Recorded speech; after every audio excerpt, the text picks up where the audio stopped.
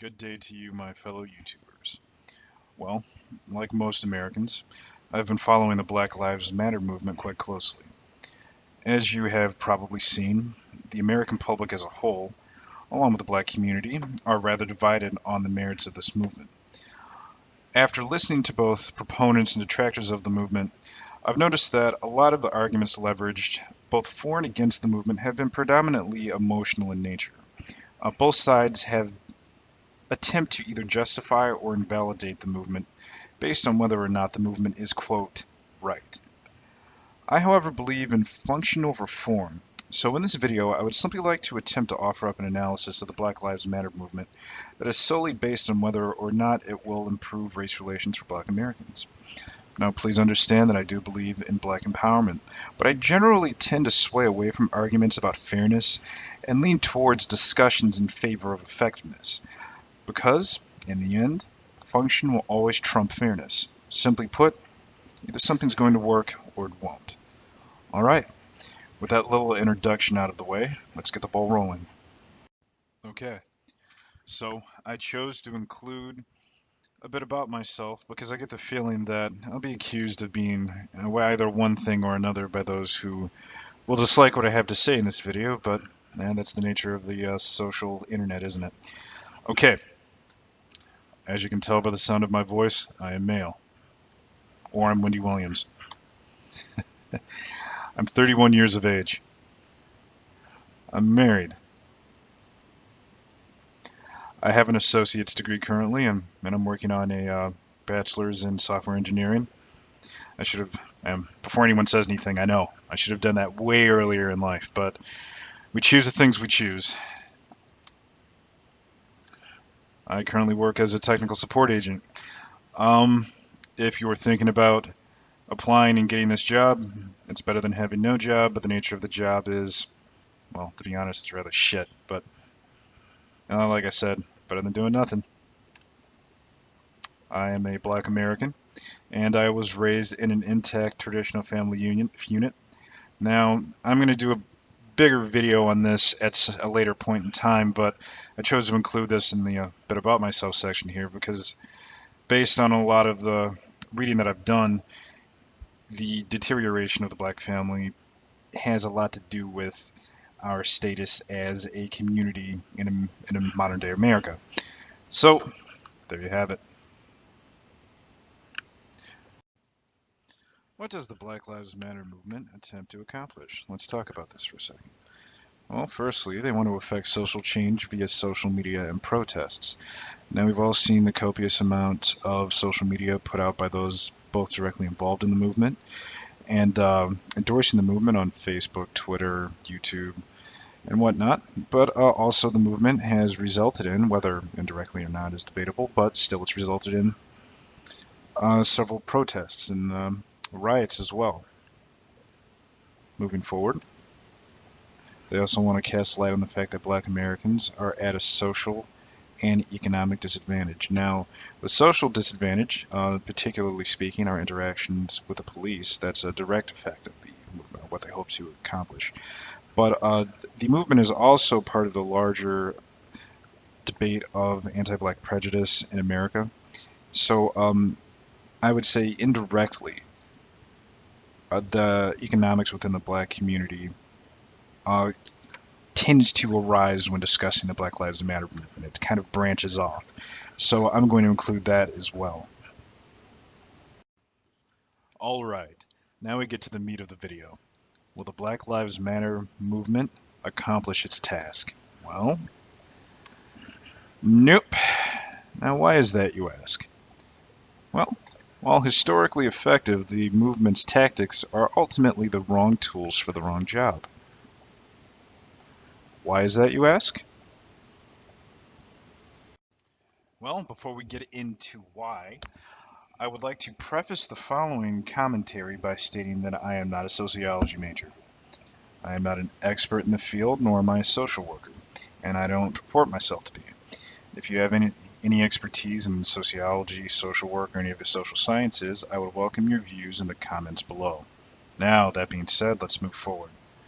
First, What sort of change are we looking for as the result of the movement? Now, I know we already spoke about, we're looking for a social change, but think about if you had to take the word change and then make archetypes out of the type of changes that could occur within social change. Uh, what sort of change would that be? So, what I'd like you to do is please pause the video and think on that question for just a second or a minute, however long it takes. And then please post the sort of change archetypes you think that people want to take place as a result of the movement. Please pause the video and put your thoughts down below. I'll wait. Okay, done? Excellent. Let's move forward. Thank you for that bit of participation back there. Let's move forward. All right, so there are two types of social or political change. First up, we have legislative change. Now, of course, we're talking about the law. Effects of legislative change are tangible in nature. Legislative changes are direct, obvious, and usually immediate. And change according to the law are universal within the governing jurisdiction affected by the law according to the tenets of the law. I should have written that in there, but let's go into that a bit more. Now, by immediate, of course, I mean that the laws are enforceable immediately or by a specific time stated within the piece of legislation. But otherwise, as previously stated, legislative changes are fairly obvious and enforceable even if those affected by the change disagree with it. I take, for example, the recent victory for gay marriage rights. There are many people in America that don't like the fact that gays can now marry, but within the eyes of the law, that's a moot point. It really doesn't matter how you feel. So, keeping that example in mind, let's move forward. The next sort of change is perceptual change. Now, changes are individual in nature. Changes may be positive or negative. People may react in unexpected ways, and people are free to their opinion and experiences. Now, here with perceptual change, we have the change of the mind, which is understandably the most difficult. Once again, we can reference gay marriage and the fact that Kim Davis refused to grant marriage licenses even though she had not a legal limb to stand on. This was a failure in perceptual change. Now, how can someone coerce Kim Davis into thinking, that's the key, that gay marriages are equal to heterosexual ones? Well, if you can solve that, then I'm sure you have a bright future in world domination or politics. Or perhaps you could be a member of the Landmark Forum, because apparently they have the panacea for all social and mental ills.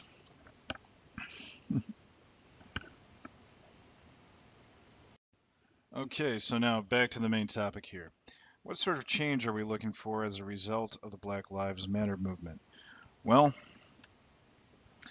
the current social battle is not legalistic in any way. How do we know this? Well, the civil rights legislative battle was fought and won in 1964, culminating in the Civil Rights Act of 1964 being passed into law. Legally speaking, black Americans are identical to white Americans. Now, of course, this is the law. Legally speaking, this is the law, the letter of the law. These two facts preclude the possibility that the current situation is symptomatic of a direct legalistic inequality. Therefore, we can safely state that this is not a legislative battle. So what's going on? The result is black Americans are fighting a PR campaign, but we're losing. But why? Okay, so now we've established that we're fighting a PR campaign.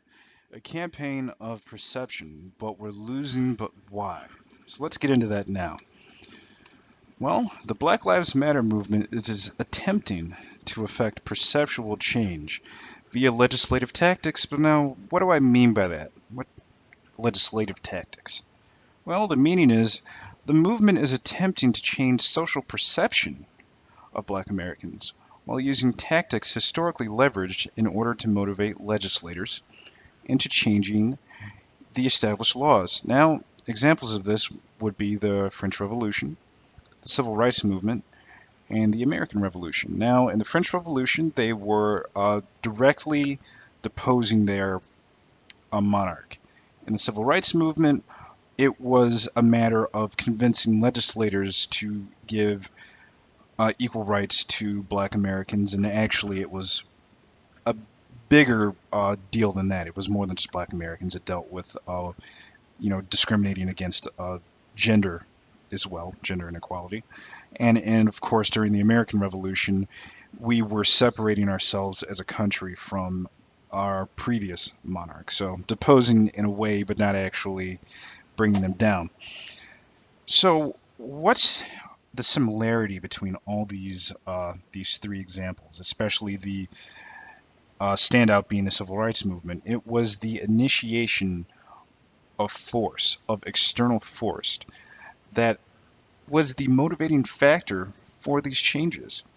I mean, violent revolution, that's an external force, resulting in an external change. During the civil rights movement, of course, we had the peaceful protests. There were also riots. We forget about that. And there were many groups that were seen to be as, aggressive, like the original Black Panthers movement. Now, of course, we had the peaceful protests that were championed by Martin Luther King. I'm not taking anything away from him, but it was more than just that. There was a lot of external pressure on these legislators, and they, even if perceptually they didn't see blacks as their equals, they didn't see us as their equals, they more than likely saw that it was less troublesome or more advantageous to, at least by law, give us equal rights than to, simply be stubborn and lay into their heels and do nothing. So, that being said, external force is the wrong application in our particular situation for a number of reasons, not just, that, external force would simply isn't going to change perception. I mean, in a way, by this whole Black Lives Matter movement, we're placing, directly speaking, white Americans upon the rack, and a man placed upon the rack will say anything. So it's just the wrong application of force, but also, or the application of tactics. And another major problem with that is, if you're using the wrong tactics, you have no strategy. Now, from the point of Sun Tzu, we have sought battle before seeking victory if we have no strategy. We've engaged in this movement, and even if there were some positive outcome, which I don't believe that there will be, we wouldn't really understand where that positive outcome, or positive or negative outcome, could be placed within that larger strategy. I mean, we really have no cohesive leadership in this. So, there you have it. Just wrong tactics, no strategy, and this this wide, net of blame, of external blame and guilt that we're casting in this movement will probably have a negative effect on the social perception of blacks. So it's not going to be simply ineffective. It's going to put us into the red, so to speak. But why? Well, let's get into that. Okay. So as we get deeper into this, I'd like your participation once again, if you wouldn't mind, and I really do appreciate that. So, let's examine the popular negative perceptual associations surrounding blacks. Alright, so once again, please pause the video and post the traits that you think are typically associated with Black Americans. Go ahead and pause it, and we'll continue when you're done. Alright, you ready to go? Let's do it. Okay, now that you've placed your list of traits in the comments section, it's my turn to present mine. Now, this list is by no means exhaustive, but I'm sure that many of our experiences as to how others perceive us are rather similar. All right, moving forward. We're seen as inarticulate. Now, I expect to see that down there quite a few times because in my experience, I number one, I don't consider myself to be any more or less articulate than the common, educated American. But unfortunately, I'm not seen as a moderately articulate American. I'm the articulate black guy. So that statement alone lends credit to the fact that articulation, the ability to express ourselves, is not expected of us. Moving forward, well, we're seen as being prone to violence. I don't think that one needs any explanation. That explains, uh, well, it really doesn't need any explanation. We're seen as being, generally speaking, unintelligent. Now, if I have to listen to one more comment about how our IQs are, what's the common quote that we're 15 to 20 points below the white average, which may or may not be factual, although there's, of course, a question as to if IQ actually proves anything in terms of intelligence at all, but that's, if I listen to that comment one more time, I'm going to explode, but there you have it. We are seen as being, generally speaking, unintelligent. We're also seen as being entitled and lazy. Um, that I expect more than one comment in the comment section, assuming that anyone sees this video ever. And if they even watch it up to this point, I expect someone to cite, blacks being on welfare or something of that nature. So that is the perception that we currently have. But in the bounds of this particular movement, we're seen as being hypocritical. We'll pull the race card, so to speak, but if someone else tries to pull it, we're like, well, no, you can't pull it. Or we'll say a word that we shouldn't be saying, but we say it, and then we put it in our music, and then when other people quote it, or even they're just quoting the song, someone will look at them like, well, you can't say that. Well, it's in our own media. If we're going to say it, saying that someone else can't say it is stupid. It is hypocritical, and then the movement itself can be seen as being hypocritical, considering the ratio of whites killing blacks and blacks killing blacks, and you don't see Jesse Jackson out there campaigning quite as hard. Now, he has been out there during, times of upheaval within the community itself, but he doesn't campaign as hard as when a white kills a black. And we're seen as having a external locus of control. Now, what that means is we're always, if you read into a lot of the larger media surrounding the whole anti-black prejudice, much of it just simply comes down to, well, they've taken from us historically, now they need to give us something. Now, if you ask them exactly what they need to give us, and the people that say that really have no idea, or they have no honest idea of what this current living generation of blacks would be entitled to. But it's always in someone else's hand. That's, I think, why we're always resulting to into the external application of force.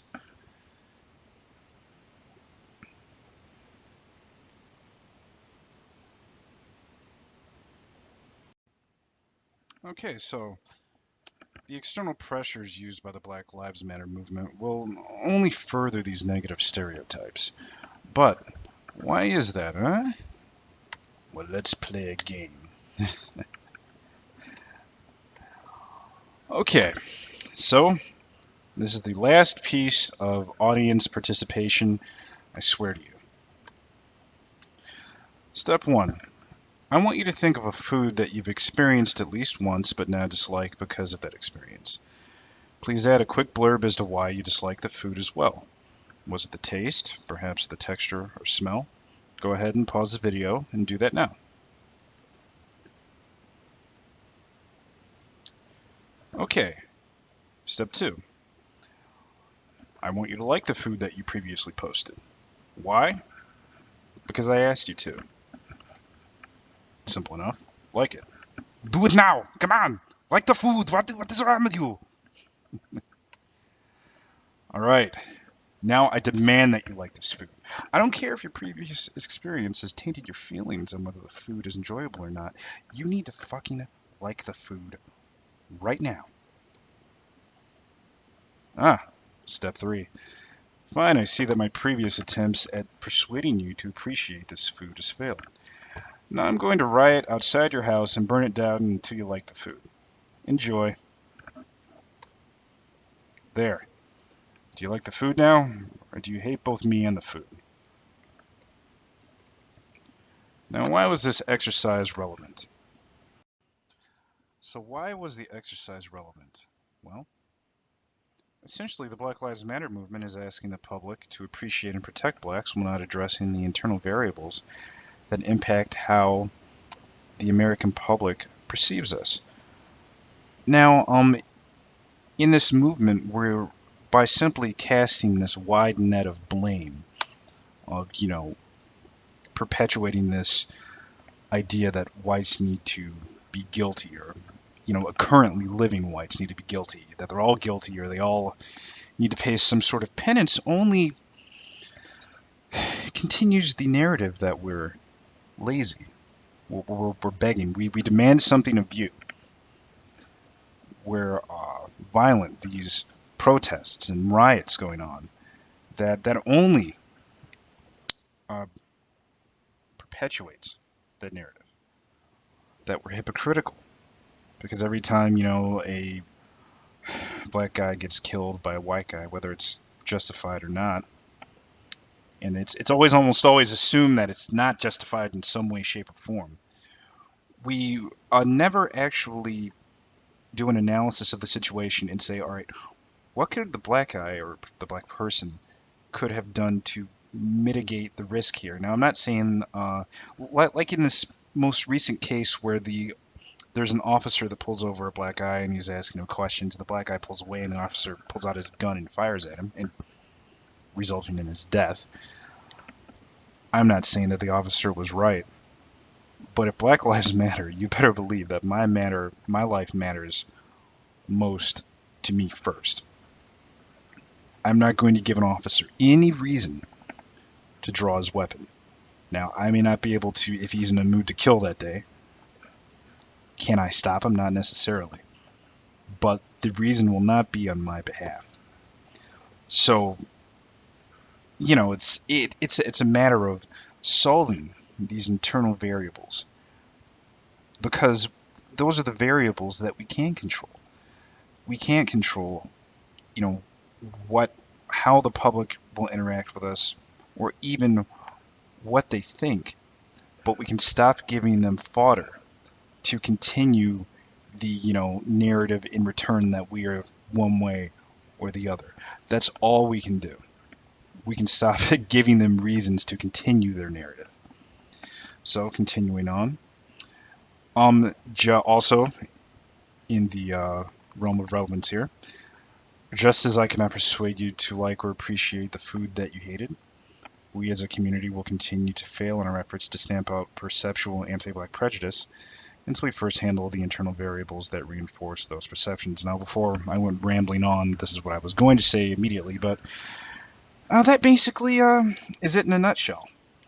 Before, to quote the Bible, and I don't like to quote it because I'm agnostic, but I'm going to anyway because I'll take wisdom where I find it. Before you remove the speck from your brother's eye, remove the plank from your own. And of course, that may not be the literal meaning of the original scripture, but I believe that in effect, this is what we need to do here. We need to remove the major obstacles within our own community first. And if the perception of who we are does not change, then that is a different conversation. But I don't believe that there can be gain absent sacrifice, and I know our ancestors have sacrificed, but all we should care about is progress. If there's more sacrifice that we have to make to move an inch, a foot, a mile forward, then that's what we need to do. And we need to start now.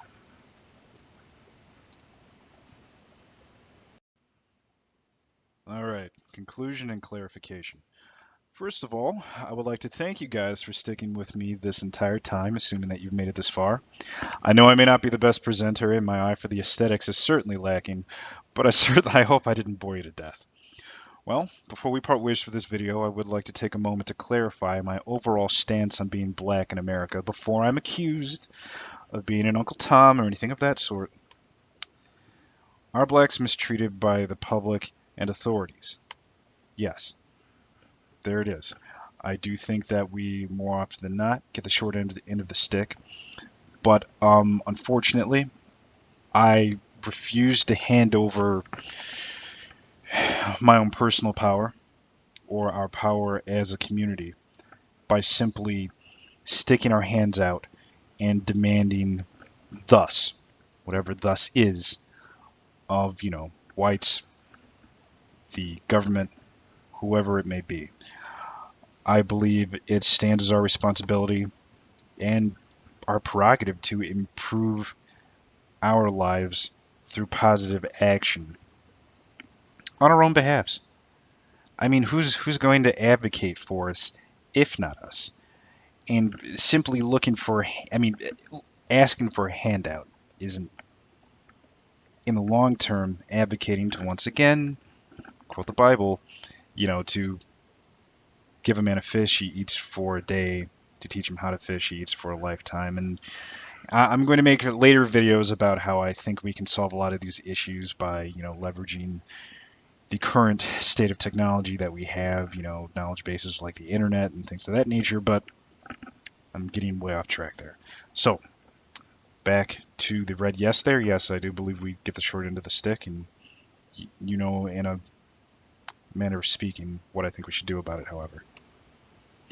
Is it fair that blacks must change our community, how our community operates internally, before we can demand a major shift in external perception? Well, it really doesn't matter. As I said earlier, function will always trump fairness. Cancer victims are subjected to painful medical procedures. Is it unjust? Perhaps, but it saves lives. It's all about getting the job done. And I'm going to do another video on how I think fairness is a word that we need to cut out of our vocabulary. Fair, just. It hasn't been effective yet, and that's not going to change. All that ties into the external perception, like I said. Okay, moving on forward. Is the Black Lives Matter movement the best solution for the current race relations crisis sweeping the nation? Well, I think you already know the answer to this. No. Not currently, unless there's a caveat there. Some organization a la 1984, such as the Thought Police, springs into existence that can stamp out all prejudice of all kinds, whether it's anti-black, anti-white, anti-Asian, anti-ice cream, anti-Dockers, anti-whatever. You know, I'm sorry, I love 1984. I couldn't resist throwing that in. But in all seriousness, all levity aside, it's not going to work, unless we can start censoring what people think in real time. It's like a Minority Report, I guess. All right, guys. I'd like to leave you guys with a bit of parting wisdom. This first part that I'm going to state was actually part of a conversation that my mother and father had with me around the dinner table when I was, I believe, 10 or 11. And we were talking about, just the choices that we make in life and how it affects our lives. And it was, the current state of your life is the result of your accumulated choices and a bit of luck.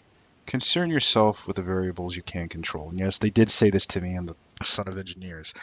Uh, it really is true. We can only control the variables that we can get our hands on, and typically speaking, those variables are simply our choices. And this plays right into that narrative of having an external or internal locus of control. We currently, as a community, are seen as having an external one. We always need something where we're seen as being a problem to be solved. Whereas for us to be truly respected by society at large, we need to be seen as problem solvers. And it starts with you, and it starts with me, and the choices that we make on a daily basis. So, um, this is something I need to work on too. But all of us, when we go out into the public, we need to concern ourselves with the choices that we make and how we will be perceived for those choices. Now, I know the whole, we're supposed to keep it real, but I would prefer that we keep it advantageous. All right, moving forward. Behold, I set before you this day a blessing and a curse. Deuteronomy 11, verse 26. Now, I know another Bible verse. I'm probably getting a lot of eyes rolling here, and I know that that verse actually goes on a bit further, but this is what I want to focus on. It's about making choices day by day. Make good choices today. There you have it, folks. So, if we had to sum up this entire long, convoluted presentation, what am I trying to say here? If you had to go and tell your neighbor about this, if you agree with it or learn something here, what would you tell them? Well, this is what I would tell them. Your choices matter. Ultimately, black choices matter. I have the power, and so do you. Well, I'd like to thank you guys for tuning in. I definitely have a lot more videos planned. Oh, boy, I have a lot of thoughts in my head that I really want to get out. But if you like the video, please give it a thumbs up. Go ahead and favorite and subscribe if you would. And please, if you liked it, or even if you didn't, if you have criticisms, go ahead and put your comments down below. Please share this with other people. And let's get the ball rolling on this discussion of, not whether really Black Lives Matter. Of course they matter. All lives matter. But I think what it really comes down to is, you know, that our choices matter. Let's get that, narrative out there. That black choices matter. Well, once again, thank you for tuning in, and you have a wonderful day.